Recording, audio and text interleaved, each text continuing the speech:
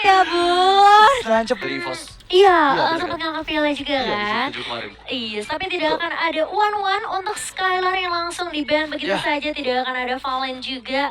Mengingat ini Valentina menurut aku adalah salah satu mid laner atau bahkan roamer yang bisa dibilang cukup berbahaya ya. Iya. Apalagi dengan Arcane Shade-nya, Terrified-nya, ini udah pasti gak akan mau dihadapi oleh Araki Hoshi. Tapi ngelihat dari banning phase-nya ini cukup hati-hati ya dari kedua belah tim. Berpikir cukup lama karena mungkin pool hero yang terlalu luas untuk kedua belah tim, tentunya mereka nggak mau terlalu gegabah di banning phase pertama ya. Iya benar, karena dari EVOS Legends kita tahu kalau misalnya beberapa match sebelumnya ini Dreams ini direspect banget Kaditanya. Iya, Karena betul. pada saat di group stage atau di close qualifier, group stage kalau nggak salah di Piala Presiden, ini Kaditanya Dreams tuh benar-benar bisa mempick off player-player penting dari lawannya, dan itu sampai di respect untuk di setiap matchnya menghilangkan Kadita dari Dreams. Dan ternyata sudah ada Kaja di sana dari EVOS Legends sebagai band ketiga yang kita tahu Kaja menjadi hero yang sangat mahal untuk ada di patch terbaru, sementara Martis dari RRQ Hoshi sebagai band terakhir mereka di fase yang pertama. Iya, ini ngebuka ke arah Akai tentunya yang langsung diamankan oleh EVOS Legends tentunya.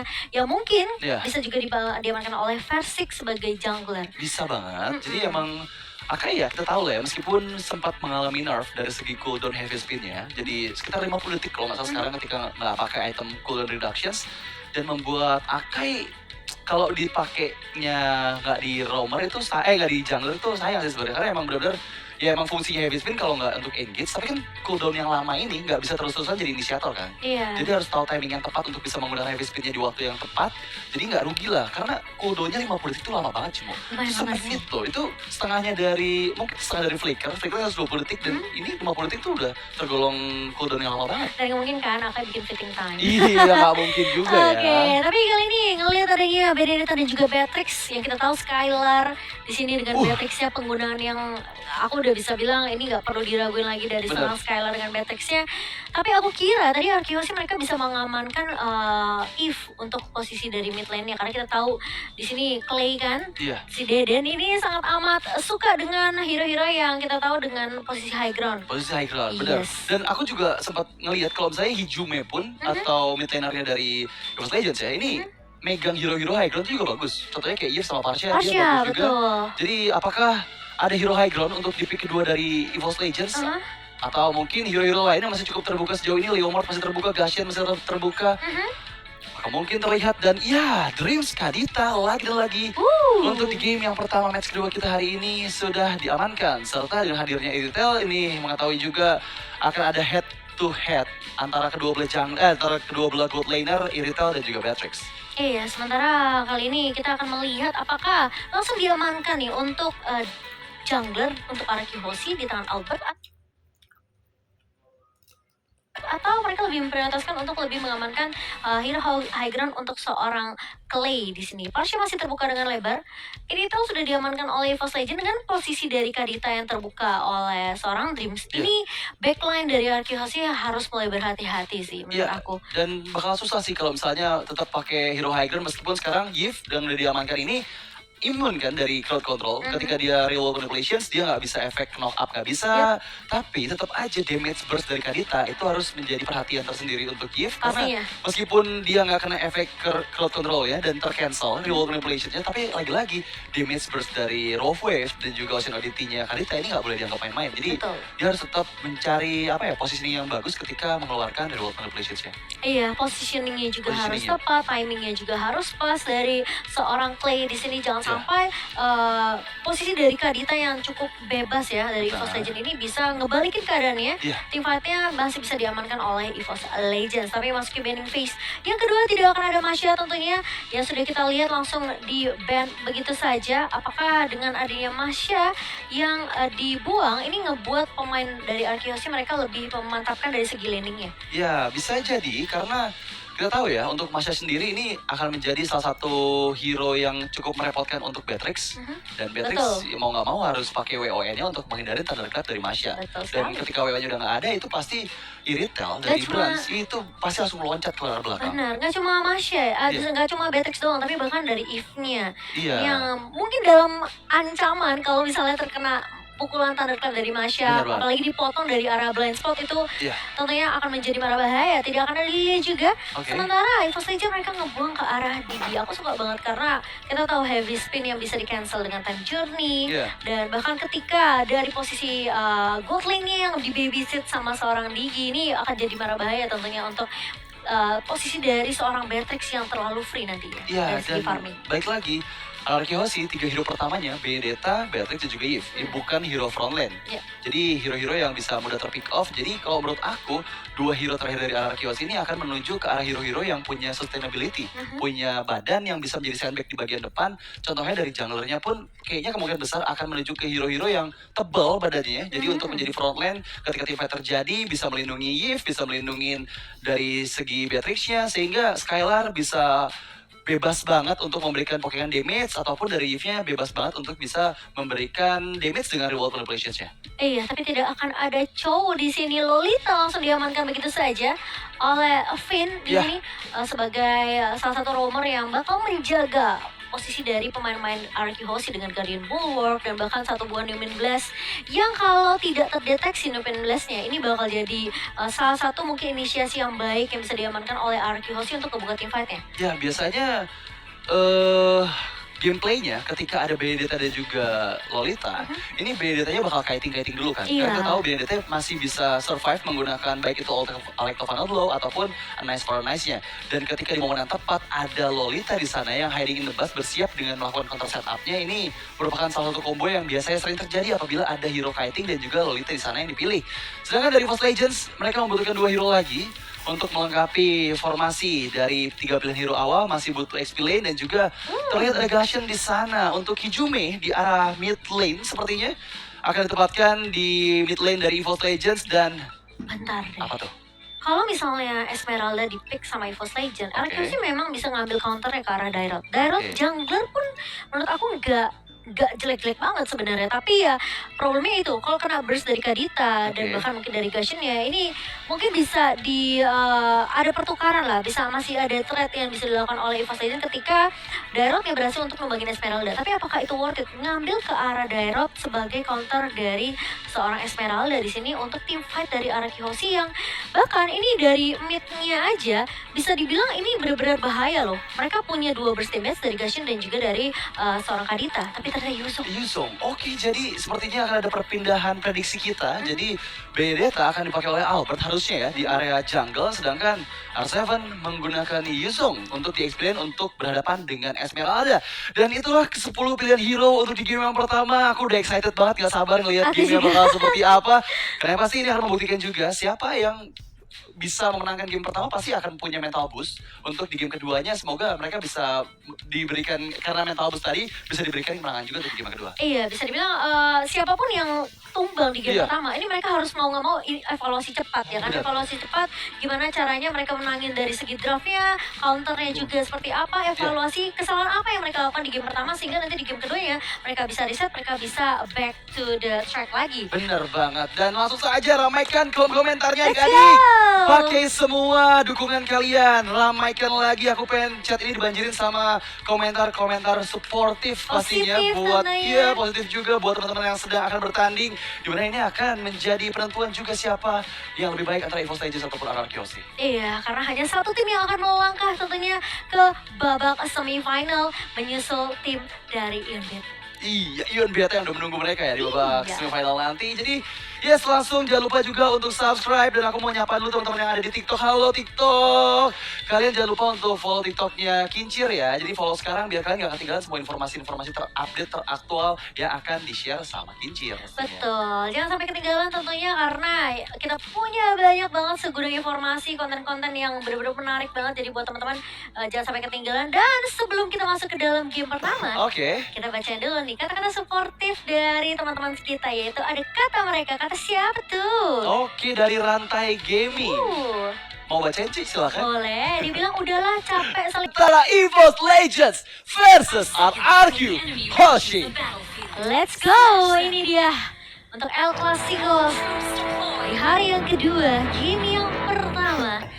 Wow, aku suka banget sebenarnya draft dimana ada cushion yang dikombokan dengan ada yang Kadita. Ini bakal bermain lebih agresif harusnya dari EVOS Legends. Namun pergerakan dari seorang Dream sudah mulai terlihat. Albert kali ini masih bisa untuk men-secure tentunya satu buah purple tanpa ada gangguan. Namun kali ini dari R7 dan juga Cyclops mencoba, di Petrify sangat baik dari seorang R7. Namun Cyclops pun tidak akan terlalu memaksakan teamfight di area bawah. Bakal bermain lebih aman. Tapi kali ini dari Hijume mencoba untuk headlock ke arah seorang Clay. Bakal coba dibalikan keadaannya dengan satu buah crystal. Terkena efek slow namun Hijume masih cukup tanky. Ya, tapi sejauh ini kita lihat ternyata Versik lah yang menggunakan Gashen di area jungler dan Hijume mid lane Akai. Oke, ini adalah strategi yang dikeluarkan oleh EVOS Legends di game yang pertama. Dan terlihat sepertinya Albert fokus ke Little Wanderer yang bisa dikeluarkan. Dan betul saja bisa mendapatkan Little Wanderer yang pertama karena pergerakan dari Versik menuju ke area bawah, ke arah XP lane. Apakah R7 sadar ada satu player dari EVOS Legends yang coba untuk menuju ke arah XP lane atau bisa pick off terjadi di bagian bawah. Oke, ada adu damage terjadi.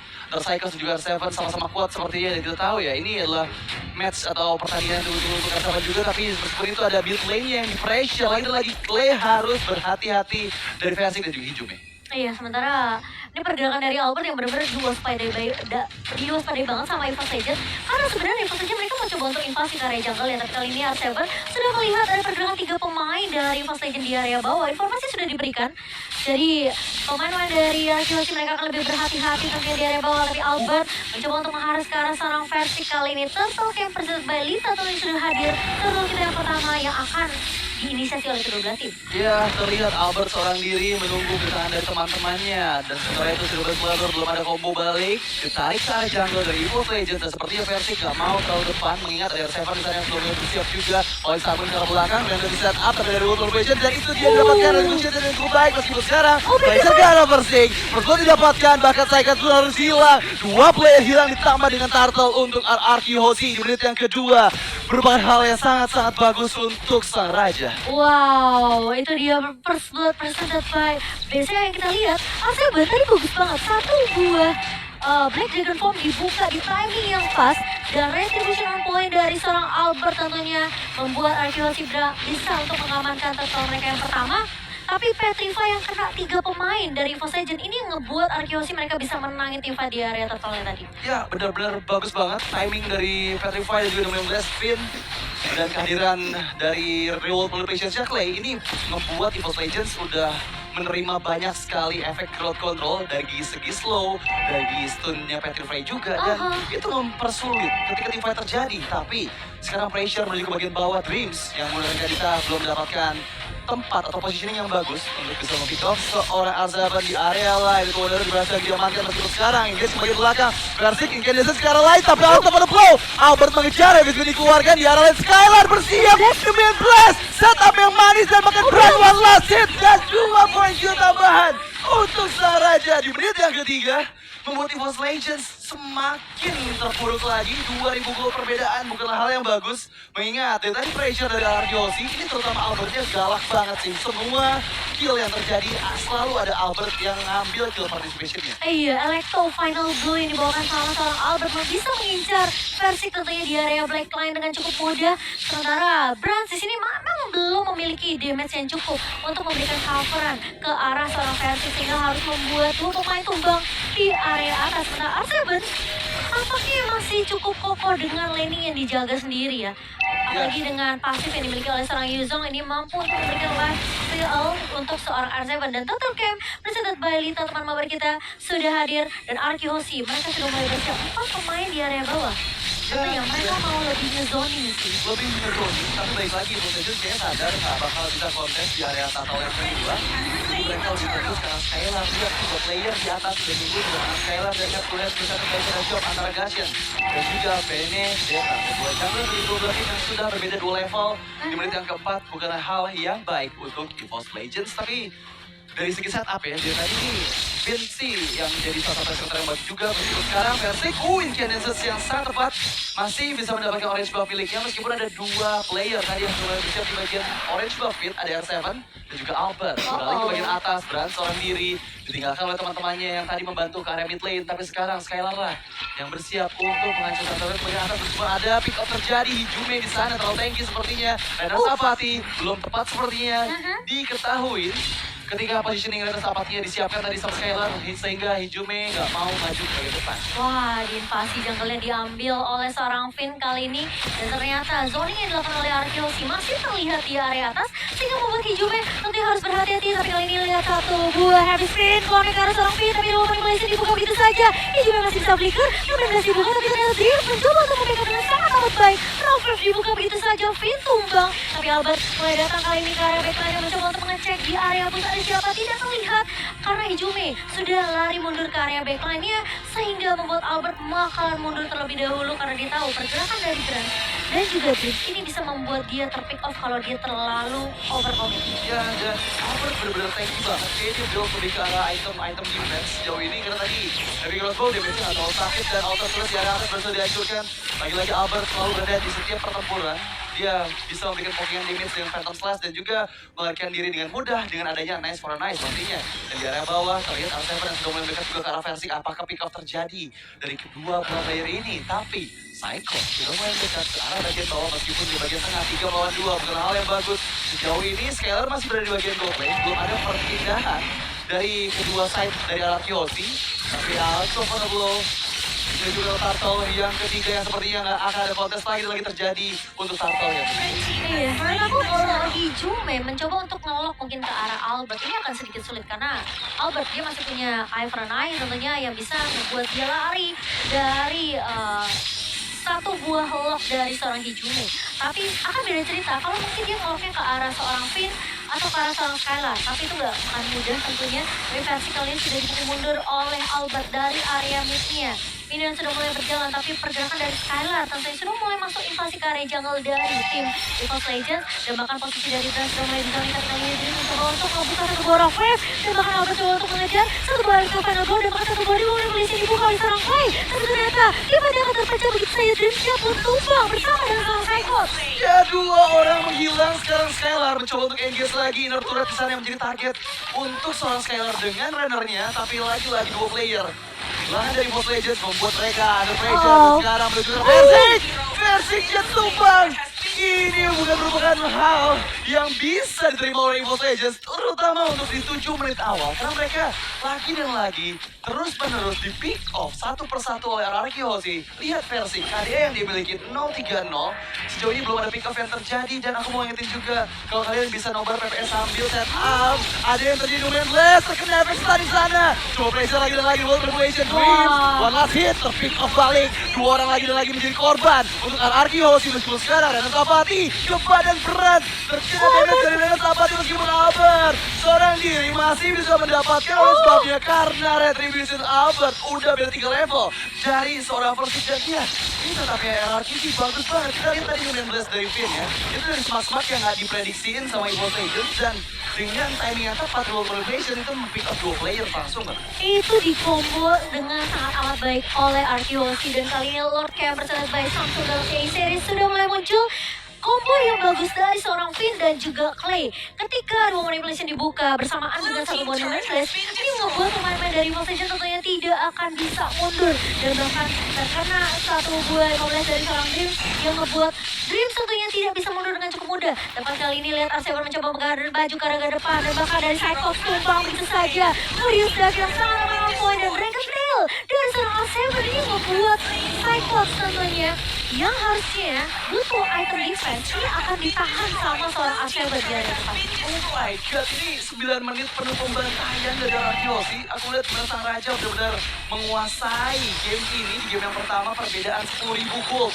Di menit yang ke-9, ini adalah bencana untuk Evolve Legends karena mereka kehilangan atau ketinggalan 5 item meskipun sekarang ada Dream sana yang sudah mulai bersiap-siap juga dan sudah diamankan. Base turretnya sudah mulai dicicil, pasif dari base sudah mulai hancur sedangkan Lord menuju ke arah atas dan Dream seorang diri diketahui posisinya oleh Finn. Repositioning, menunggu momen yang tepat, mencari player backline dari Arkeosi. Apakah Dream sudah menemukan jalannya untuk juga pick off Skylar? Karena kalau saya enggak, ini akan menjadi pressure yang sangat kuat dari Arkeosi meskipun sudah mulai berkumpul ke bagian atas. Lihat Dream pergerakannya, World Revelation dibuka, berat dalam ancaman sepertinya hijaunya sakit banget dia lihat dari World Revelation. Bahkan dari arah belakang belum bisa menaik siapapun. Di engage balik, Dragon Tail-nya kena, belum ada Black Dragon Ball dikeluarkan, Death Turret di atas bisa dihancurkan, tapi balik lagi. ini dia naga dari langit coba untuk mencari siapapun di depan sana. Cyclops yang dituju masih dari base turret itu lumayan hancur. Meskipun Anarchy Hoshi mampu untuk lanjutkan perang, tapi mereka memilih untuk mundur terlebih dahulu mengingat sudah tidak ada minion yang ada di area base turret dari EVOS Legends. Iya, bermain lebih disiplin dari Arkeosi. Dan buat teman-teman yang lagi nomor dan klasiko, jangan lupa untuk order Grabfood karena ada diskon sampai 50%. Langsung aja di scan QR code di bawah sini atau kalian bisa langsung ke grb.to/pbe tentunya, karena jangan sampai disia-siakan. Ini diskonnya lumayan loh guys. Ini diskonnya gede banget loh, sampai 50%, jadi langsung aja ya. Wah, tapi ya Akses website. gak cuma diskonnya dari Grab sih yang luar biasa, tapi ini perbedaan network yang menurut aku udah didominasi banget sih sama Araki Hoshi. Di 11 menitnya, lihat perbedaan hampir menyentuh angka 11.000. Sehingga ini membuat EVOS Legends tentunya mereka agak sedikit kesulitan. Perbedaan level terlihat begitu jelas. Tapi kali ini Albert mencoba untuk menahan Hijume di area depannya. Dreams udah ada satu Divine Glaive untuk Magic Penetration. Tapi apakah damage-nya cukup? Karena mengingat ini udah terlalu jauh, udah terlalu didominasi oleh Araki Hoshi, dan kesempatan mereka hanya tinggal nunggu Lord yang kedua aja sebenarnya. Ya, ini benar-benar bentuk keajaiban untuk EVOS Legends karena dari pandangan mataku ya, dari segi kill jauh banget, beda 9 di sana, dari segi gold beda 11.000 menuju ke 12.000, dan dari objektif bahkan hanya satu turret saja di bagian bawah yang berhasil dihancurkan oleh EVOS Legends. Dan dari tadi kita tahuin kalau misalnya Dreams nyari positioning, tapi dengan macro play Araki Hoshi, mereka susah banget buat di-pick off sama Dreams. Ini masalahnya, gak ada yang bisa nge-cancel ke arah play-nya. Dan kalau manipulation dibuka begitu aja, bebas banget. Albertnya langsung Electro Final Duel ngacak-ngacak bagian backline. Jadi, bisa dibilang team fight ini bisa dipecahkan dengan cukup mudah. Tapi kali ini, Dreams sudah mulai terlihat di depan, dan Electro Final Duel dibuka oleh seorang Albert, tumpang Dreams-nya. Dan bahkan kali ini Lord Ken, President Bison dengan CM segera muncul. Ini bakal menjadi Lord yang free untuk Araki Hoshi. Lihat damage Skylar, positioning dan juga runnernya langsung menghilangkan Dreams yang tadi masih ada setengah HP, tapi sekarang menuju ke arah Lord yang kedua. Araki Hoshi harusnya nggak akan ada gangguan dari teman-teman EVOS Legends yang sudah kehilangan Dreams-nya, dan bahkan 12 menit semakin unggul lagi berbeda 12.000. Salah satu perbedaan yang sangat-sangat jauh untuk di game yang pertama, tapi engage di bagian bottom turretnya. Skylar di sana, berganti dia sakit banget di Jume, masih bisa flicker, menyelamatkan nyawanya meskipun ada Albert dari arah belakang belum bisa mempick up di Jume, tapi lihat Lord yang kedua. Lord sudah enhance yang menuju ke arah atas dari EVOS Legends.